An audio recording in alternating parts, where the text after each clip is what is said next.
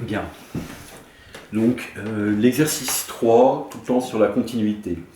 Montrer qu'une fonction périodique qui admet une limite en plus l'infini est constante.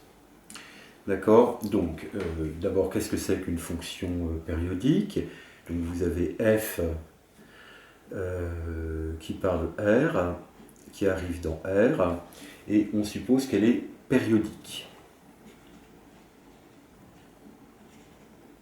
Périodique. Donc, qu'est-ce que ça signifie périodique? Ça signifie que donc, il existe un t strictement positif, tel que, quel que soit x appartenant à R, f de x plus grand T est égal à f de petit x.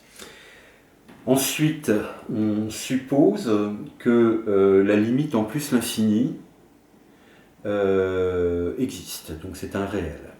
Et donc la deuxième hypothèse, on suppose que la limite quand x tend vers plus l'infini de f de x, c'est un réel L qui donc appartient à R.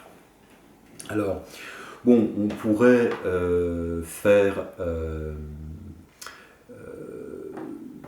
utiliser la définition de la limite, mais directement et voir un petit peu ce que ça donne. Mais là, je crois que l'idée générale, elle se voit assez facilement sur un dessin.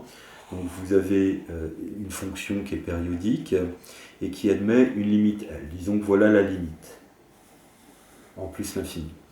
Bien, donc ce qu'on va supposer, ce qu'on va faire, c'est on va prendre un point quelconque, d'accord, on va l'appeler x0, et on va essayer de montrer que f de x0 vaut forcément en fait L. Alors, la raison est très simple, c'est que si ça ne valait pas L, à ce moment-là, en x0 plus t, f ne vaut pas non plus L, puisque ça vaut la même chose que f de x0, et on aurait comme ça une suite constante, d'accord, et qui ne tendrait pas vers L, puisqu'elle est constante non égale à L, et ça serait la suite des images d'une suite qui tend vers plus l'infini.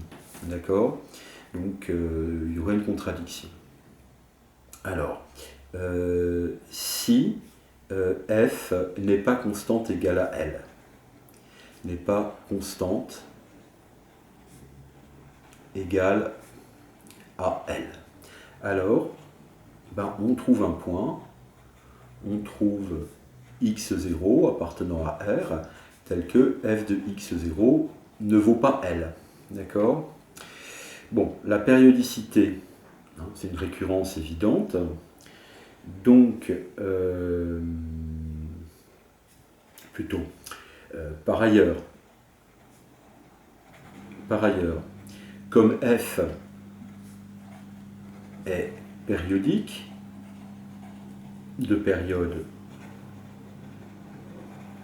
grand T, eh bien on sait que quel que soit n appartenant à grand N, f de x0 plus nt est égal à f de x0. Donc, la suite des f de x0 plus nt, quand n parcourt n, est la suite constante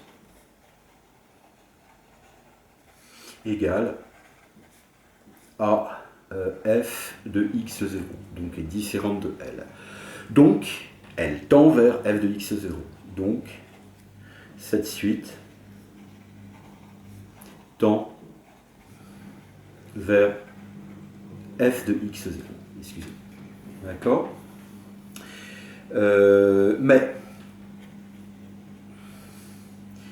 x0 plus nt, la suite des abscisses, là, quand n parcourt grand N, elle tend vers plus l'infini. Donc, la limite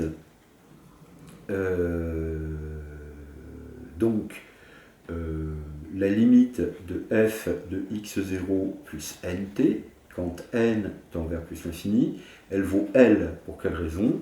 Car quand x tend vers plus l'infini, f de x tend vers L. Donc, par unicité de la limite, on a f de x0 qui est égal à L. C'est évidemment une contradiction avec ça. Ceci et ceci est en contradiction. Et donc l'hypothèse qui mène à cette contradiction doit être rejetée. Et l'hypothèse qui mène à cette contradiction, la voilà, c'est f n'est pas constante égale à L. Donc, comme cette hypothèse est rejetée, f est constante égale à L.